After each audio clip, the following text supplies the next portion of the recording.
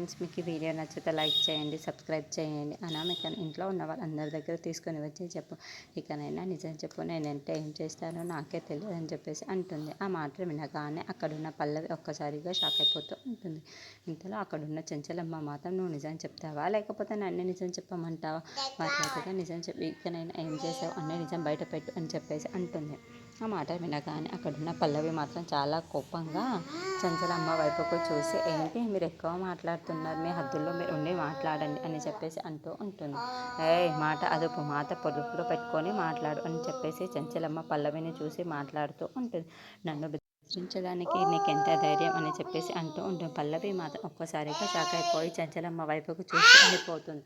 ఇంతలో అక్కడ ఉన్న కమల్ మాత్రం, ఏంటి ఏం చేసావు, ఇంట్లో ఇన్ని కుళ్ళలు కుట్రలు చేసావు, మమ్మల్ని అందరినీ ఇంత మోసం చేస్తావా అని చెప్పేసి పల్లవిని చాలా గట్టిగా తిడుతూ ఉంటాడు. ఇంతలో అక్కడ ఉన్న వాళ్ళ అత్తయ్య కూడా, ఇంతవరకు ఎంతో మంచిదానివి అనుకున్నాను, కానీ నువ్వు ఇలాంటి దానివని అస్సలు అనుకోలేదు పల్లవి అని చెప్పేసి అంటుంది.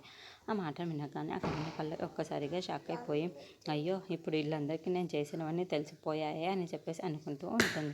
ఇంతలో వాళ్ళ మామయ్య అక్కడికి వచ్చి, ఏంటమ్మా ఇంతవరకు ఇన్ని కుళ్ళులు ఇన్ని కుతంత్రాలని నీ మనసులో పెట్టుకొని ఇవన్నీ చేయడానికి నీకు సిగ్గుగా లేదా? నేను ఎప్పుడు మా ఇంట్లో ఒక దానిలాగానే చూసుకున్నాము, కానీ నువ్వు మాత్రం వేరేగా మా అందరిని విడగొట్టాలని చూస్తావా అని చెప్పేసి అంటాడు. ఆ మాట వినగానే అక్కడున్న పల్లవి మాత్రం ఒక్కసారిగా షాక్ అయిపోయి అలా చూస్తూ ఉంటుంది. ఇంతలో అక్కడున్న కమల్ మాత్రం, ఇలాంటి ఆడదాన్ని మా ఇంట్లో ఉండడానికి వీల్లేదు, మర్యాదగా బయటికి వెళ్ళిపోవే అని బయటికి ఈడ్చుకుంటూ బయటకు గెంటేస్తూ ఉంటాడు.